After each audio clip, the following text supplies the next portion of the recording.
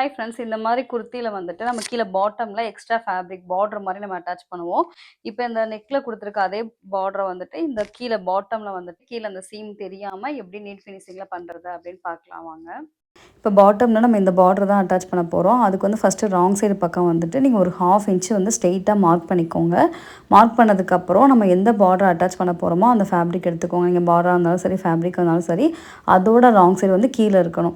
இப்போ நம்ம மார்க் பண்ணியிருக்கோம் அதே லைனில் வர்ற மாதிரி வச்சுட்டு அப்படியே ஸ்ட்ரெயிட்டாக தையல் போடுங்க.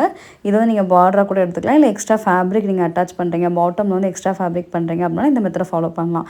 இப்போ இது ராங் சைட் பக்கம் தானே வச்சுருந்தோம், இது அப்படியே வந்து ரைட் சைட் பக்கமாக டர்ன் பண்ணிவிட்டு அந்த மேலே மட்டும் ஒரு தையல் போட்டுட்டிங்க அப்படின்னா உங்களுக்கு வந்து நீட் ஃபினிஷிங் வந்துடும்.